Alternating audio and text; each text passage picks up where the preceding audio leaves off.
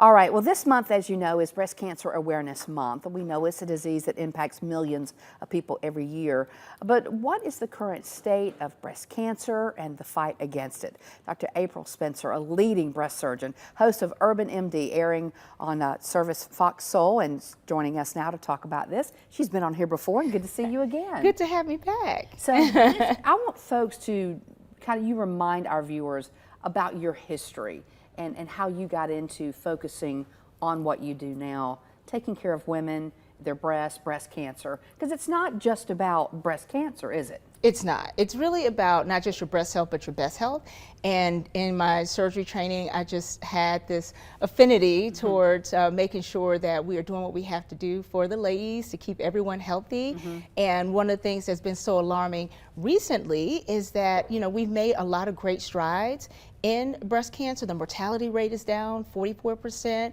And screening rates are up, but the thing is, we see an increase in breast cancers in young people, in patients that are like in their 20s, 30s, 40s, and especially within the last decade, like 1.4% increase. So breast cancer is steadily climbing, but so especially in the young women. We did a story on that yesterday, and the positive, as you said, was that more women are living with it, battling it, getting through it. But do we know why more people are being diagnosed with it?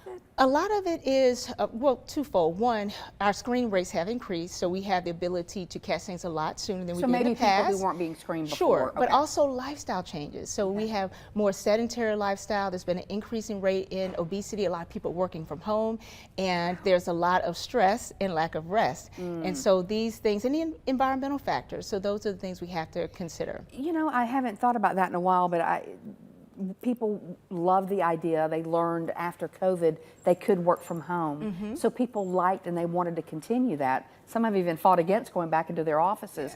But that can lead to other problems if you stay at home all the time, right? It can, for sure, especially just that sedentary lifestyle, sometimes poor culinary choices because we have access to food that can be readily delivered. Oftentimes we're just too exhausted to go to the gym. But I tell people, you know, you just have to be proactive. I always talk about the ABCs. So have awareness of your anatomy. If you see something, say something.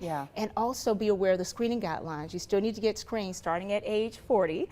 And if you have a family history, you need to be getting screened sooner. And so a lot of our young people are not at screening age, so it's important to talk to your doctor about your family history. The B is behavior. So again, just quit smoking, make sure that you're exercising, eating well, stressing less, getting rest. And then lastly is C, is consumer choices and culinary choices. So in terms of consumer choices, a lot of people are not mindful of what they're putting on their bodies and in their bodies, so make sure you're reading the labels, and especially like supplementation, because people just don't want being healthy to be a hassle. And so about 85% of women are on supplements just to be healthier. But did you know some supplements can interfere with current treatments and your current medications to make them less effective? And you're talking about over-the-counter supplements that people may not have maybe researched very much. Yes. I would assume. Yeah. Okay. For sure. You have a new supplement, though, that you said that you've done. Tell us about this one. Oh my gosh, I'm so proud of it. It's like 20 years of research backed by science with the most robust information that's out there. And it is really, really extremely helpful for women in terms of reducing overall body fat, reducing the inflammation in the breast and the body, but also helping to boost the immune system while strengthening our hair, nails, and skin. All the things that ladies need, but in one supplement. So, and you can also put it in your smoothies and your teas, so it's a capsule, so it's very, very easy. All right, and what's it called? If anybody wanted to, now she's not here to sell it. She was just telling me about it, so we wanted to tell you. Yeah.